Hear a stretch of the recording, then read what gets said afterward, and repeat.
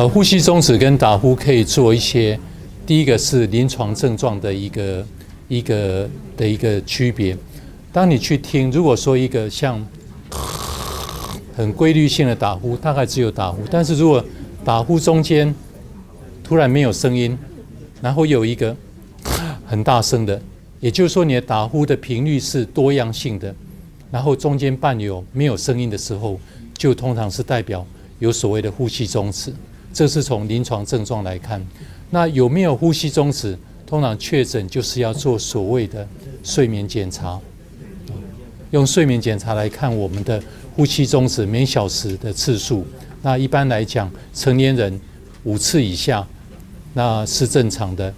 那5次以上是有所谓的睡眠呼吸中止。那小孩子1次以下是正常的，1次以上是有所谓睡眠呼吸中止。